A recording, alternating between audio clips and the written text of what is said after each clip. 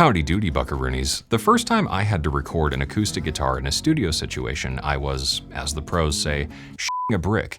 There's just as much an art as there is a science to a good-sounding acoustic guitar recording that has that rich and full sound while still letting the subtleties of a good instrument and performance shine through. Today, I wanted to share with you a couple of tips and techniques to get started recording professional-sounding acoustic guitars right from the comfort of your home studio. In this video, we're going to be covering a couple things you should know before you get started with recording, the basics of mic selection, a couple of different mic techniques, and a couple post-processing tips and free plugins you should know about to make your recordings sound awesome. Although we're going to be talking about acoustic guitars in this video, I'm going to keep these tips pretty general so that you can apply them to whatever instrument or thing you want to record in your home studio. All of the products used in this video are going to be linked down in the description below if you want to pick something up and help support the channel. And of course, if you have any other tips that you want to share for getting good sounding recordings at home, be sure to leave those down in the comments below. It's always really exciting to hit the big shiny red recording button, but before you do, there are a couple things you should keep in mind. First off, change your strings, you cheap bastard. They're really not that expensive, and no one wants to hear your gross 5-month-old Cheeto and dead skin encrusted strings that need a tetanus shot to play. Change your damn strings, please. Take a minute to audition a couple of different locations in the room to place the performer. This obviously depends on the amount of space you have available, but take a minute to set up a test microphone and place your guitar maybe in one corner of the room, maybe off to one side, maybe right in the center, maybe off to another corner, and just see how it affects the overall tone, because it can be a pretty drastic difference. And after all, you want to get things right at the source as much as possible so you don't have to fight and fix them in the mix later. If you're recording while sitting down, make sure you're in a chair that isn't going to interfere with the performance, like a chair with arms. Typically, a stool or even a drum stool will work better than something like an office chair. Finally, take a minute to make sure your mic cables, microphone stands, and microphones are placed in a way that isn't going to interfere with the performance. After all, nobody likes tripping on cables or bumping into a mic stand and ruining a perfectly good take. As well, this is especially important for people who are newer to recording, especially if you're recording a client, because if they've never recorded in a studio before and they've got all these big expensive microphones pointing in their face, it can make people nervous, and obviously your job as a recording engineer and producer is to get the best performance possible, and people probably aren't going to perform that well if they're anxious the whole time. As I am sure you know, there are a lot of different types of microphones out there. So let's take a minute to talk about the different types of microphones you should know about when it comes to recording acoustic guitars. Of course, your mic selection may be a bit more limited, so don't be afraid to shake what your mama gave you and work with what you got. After all, a good performance outweighs gear every single time. First off, let's talk condensers, because they're typically the weapon of choice for recording acoustic guitars because they sound very full and detailed. We have the small diaphragm condenser like this little guy, and then we've got the large diaphragm condenser like this big thick old chungus over here. Small diaphragm condensers are typically a bit more detailed and intimate sounding, whereas large diaphragm condensers lack that same sense of detail but sound a bit more full and pleasing.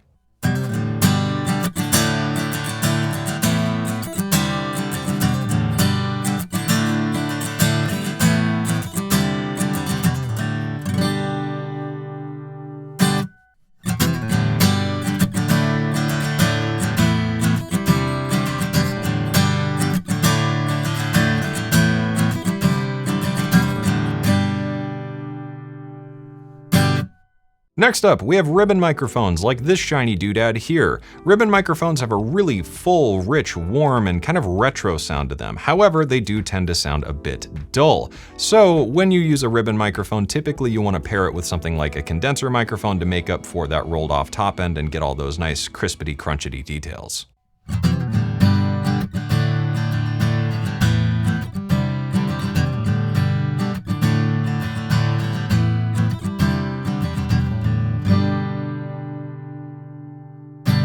Finally, that brings us to dynamic microphones like this guy and this guy. These are really not what I would use to record an acoustic guitar, but I figured I would touch on them here because they're pretty cheap and pretty common, and I'm sure a lot of you have an SM57 or SM58 lying around somewhere.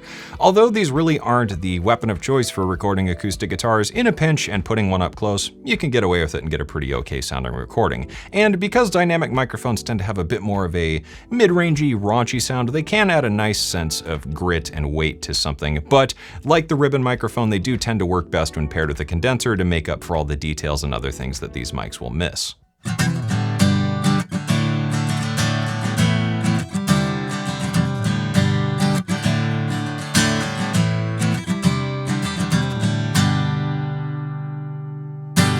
The time has finally come to sit down and hit that oh so tempting big shiny red button, but before we do, how many guitar players does it take to screw in a light bulb? Only one, because the universe revolves around them. What do you call a guitar player who's not in a relationship? Homeless. What did one guitar player say to the other? I bet I could play that faster. A guitar player falls off a cliff. How long does it take him to hit the bottom?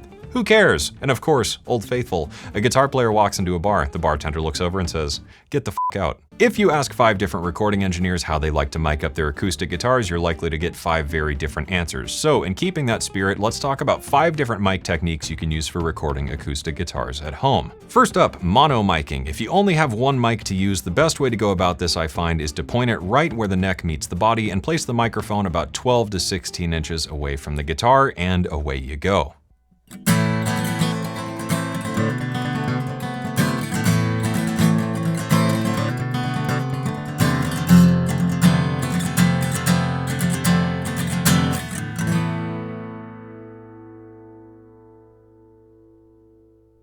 Next up, XY miking. This is a great technique to get really nice, full, wide-sounding acoustic guitar recordings because it utilizes 2 microphones. To do this, typically you're going to use 2 matched small diaphragm condensers and use 2 different mic stands, or better yet, a stereo bar if you have one. To set this up, place both microphones about where the neck meets the body, get them at the same level, and then cross the capsules so one points towards the body and one points towards the fingerboard. This way you get a nice full recording of the body and soundboard of the guitar and the crispity crunchity details of the fingerboard and frets.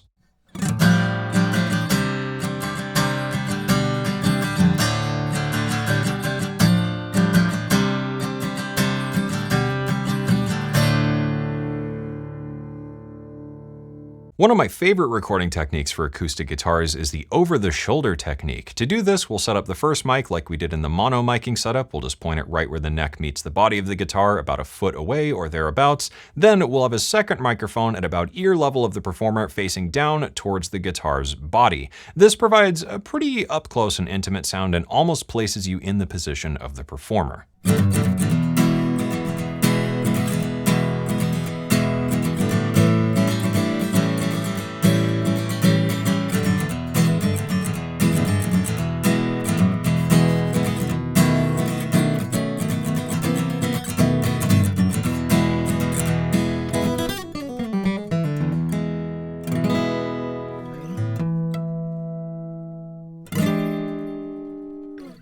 Mid-side recording is probably one of the best sounding methods to get a good acoustic guitar recording because when you pull it off, it sounds incredible. However, this technique is a little bit tricky and it does require that you have one cardioid microphone and one figure-8 microphone. To do this, we'll set up both microphones in the same spot pointing towards where the neck meets the body. Then we'll take the figure-8 microphone and rotate it so that the capsules are facing out towards the side.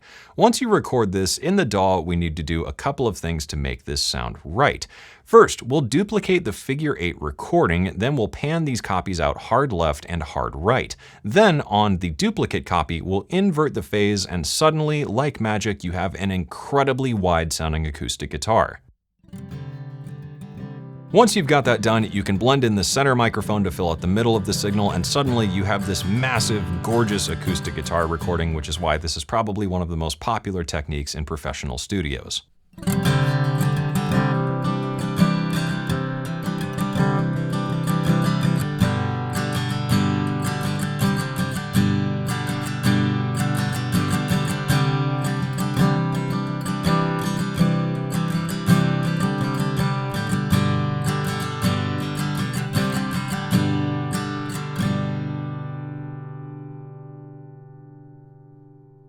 Finally, one last technique is to add a room microphone to your setup. This can be a single microphone with the guitar and one room microphone, or a stereo recording of the guitar and a room microphone, or any combination thereof. However, this does require that you have multiple microphones, a relatively large room, and a good sounding room to record in to begin with. When it comes to selecting a room microphone, typically a figure-8 microphone or an omnidirectional microphone are going to work best. However, this is a little bit tricky to set up because you need to place the room microphone in a position where it's not going to have phase issues once you put this all together in the DAW.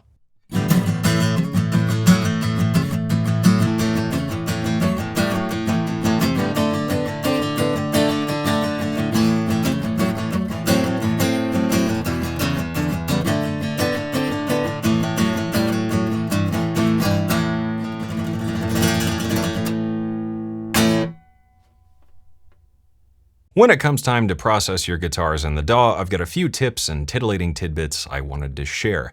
First off, since you probably recorded your guitars with a condenser microphone, and condenser microphones can sound maybe a bit clinical and clean, a little bit of tape saturation goes a long way to warm up the recording and bring back a little bit of that organic mojo to things. For that, the very excellent and very free Chow tape is a good choice.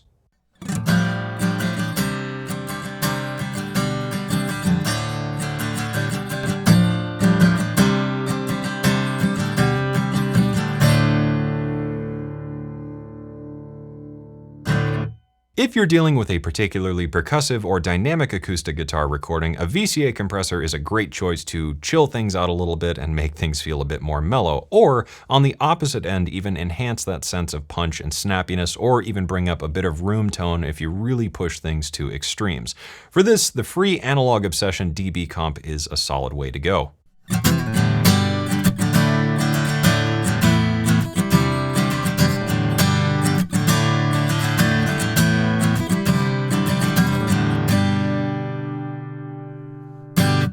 One really annoying thing when mixing acoustic guitars is all those damn finger squeals and squeaks and squawks. For this, a great trick is just to use something like a de-esser and target those frequencies, or use something like a dynamic EQ. Your DAW probably has a de-esser built in that you can use for this purpose, but if you want a dynamic EQ to do it, the free TDR Nova is a good choice.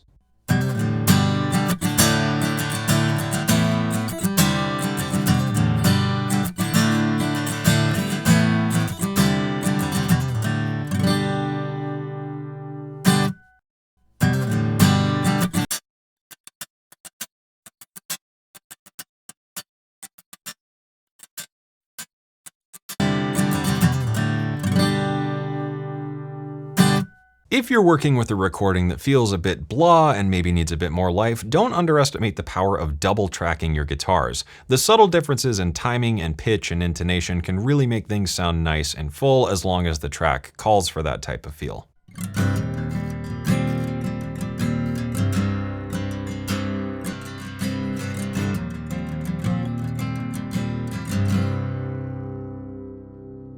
Finally, since I assume a lot of you are recording in smaller bedroom or project studio type setups, a good convolution reverb can be an excellent way to add a nice, realistic sense of space to a recording.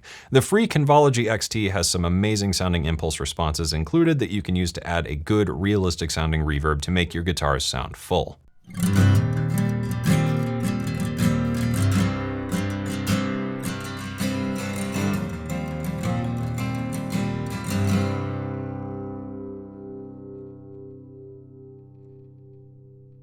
That wraps everything up for this video. I hope this video was helpful and hopefully it gives you a couple ideas to make your next recording session a success. So with that, thank you for watching. I hope you enjoyed it. I hope you learned something. And as always, I hope this inspires you to get out there and make something awesome.